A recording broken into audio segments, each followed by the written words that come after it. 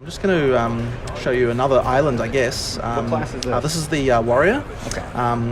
This is your sort of like quintessential slamming guy, and I'll show you a few of the interactions between the different... Do I dare say the other game, is it similar to a B-word character? I mean, I guess. I guess so, but what's an area we haven't shown much? Maybe Journey's End? Here we go. Let's have a look at Journey's End. I'm not sure what's sort of appeared on streams and things like that and what hasn't. So, oh, no. Anyway, so... right, so... I guess one of the things we really want to make sure of with the Warrior is that all of our melee skills kind of have a lot of mobility. So it's kind of like a basic attack. You've got like this kind of thing. Like in PoE 1, this would be like stand and do something. In PoE 2, it involves a lot of mobility. And the other thing, of course, is just like we were talking about on the Druid, is all the combo type stuff. So on the Warrior, one of the really nice combos to use is Armor Break. So what I can do here is when I hit monsters with Armor Break, it breaks their armor. But then that is used when you... sorry, I managed to run away from that guy. When you... and so when you attack them when they've got their armor, obviously you're going to do a lot more damage. That's like really like the simplest level. And then the other thing that you can do is that some of the other skills that we have things that affect armor break. So they often remove armor break and do something else. So this guy's armor broken right now, and then if I use Leap Slam, okay, somehow I managed to not trigger that, there's a very high chance to do a heavy stun. Apparently, though, that didn't seem to work for that guy, so I don't know what happened there. But yeah, there's a very high chance to heavy stun. There we go.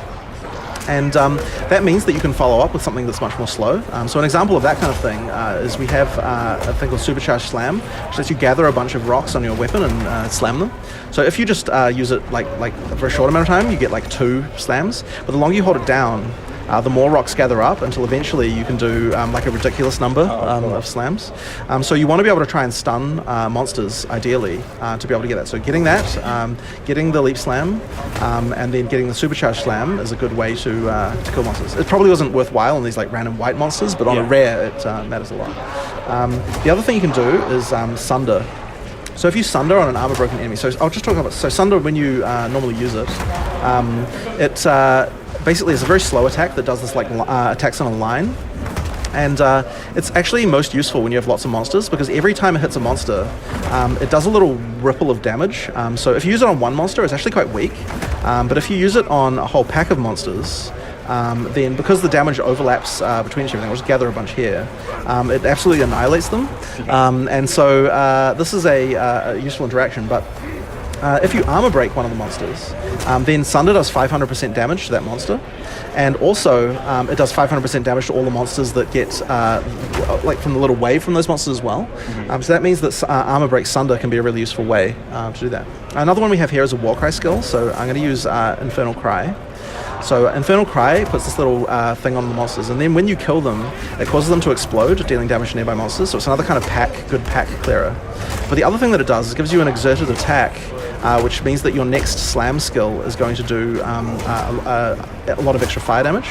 So a good thing to do is to armor break the monster, get the Leap Slam on that monster to stun them, although apparently once again that monster seems to be broken in this regard, which is very annoying, so I'm just going to move on. Get the Leap Slam on the monster, and then do the yell to get the exert, and then do the Supercharged Slam to get a lot of damage on them.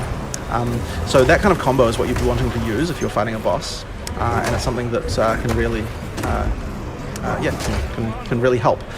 So yeah, exactly. So you've got to, I guess a philosophy you would say in PoE too is that you really have to earn your single target damage. It's not just a question of like, here's a single target skill, just use it. You really have to like earn that single target by doing a combination of things, and if you do that, you'll be rewarded by getting a lot more damage in a situation like that. So that's sort of some of the stuff you can do on the Marauder. Sorry, not Marauder, the Warrior. I've got 2 classes for each of the combinations, and hopefully that's very interesting. One of the things that I like the most is on the Huntress is a skill called Whirling Slash. So the design of this is basically, this is just a little town area, so I can just practice here without any monsters attacking me. But when you use this, it creates this little like whirling storm around you, and the more you use it, the larger the storm gets. and when you exit the storm, it explodes. So it's kind of like a really nice single target. Sorry, not single target. It's a really nice area of effect thing that you can use to kill a whole bunch of monsters. So that's kind of like a non-obvious one as well. So like I can use dodge roll to get out of it, but there's actually more things you can use. For example, if I use this here, I've got a skill here which like makes your character run maybe you didn't quite see that, like do like a slash back, and which also traps monsters. So you want to kind of like whirling slash, and then get out of there with that one. And then once you're out of there, then you can start throwing your spears from range. So another one that's really useful for the Huntress is the spear field. So when you use this, probably not that useful against zombies because they move so slowly anyway. But you create a field of spears and they slow down monsters. So if you've got a lot of fast monsters around, then that's a really handy one.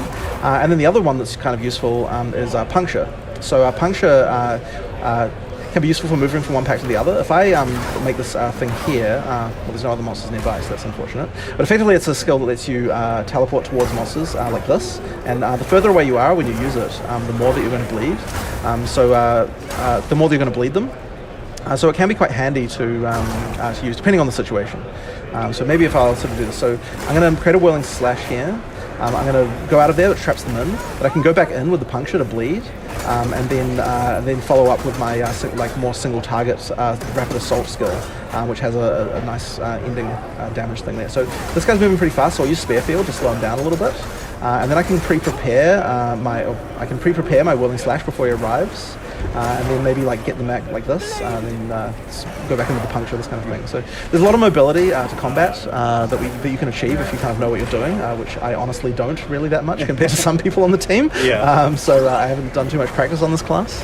But the skill ceiling for PoE2 can be quite a lot higher because of the fact that there's a lot more to the sort of action combat stuff that you can do. So we only put like a few skills in there, and this is also Act 2, so you don't have that many more skills compared to what you would have later on. But I guess that's it there, just sort of enough to show you, at least some of the basic stuff that you can do as a Huntress. We do have a lot of other like elemental spear attacks, like we've got a lot of different throws, but this class, what it's kind of really about is sort of going into and out of combat a lot. Like you charge in, you jump out, like this kind of thing. And then you've got stuff that you can do from range. You've got stuff you can do from close. It's really about exploring that that sort of in and out kind of thing that it's got going on. So that's kind of the main thing.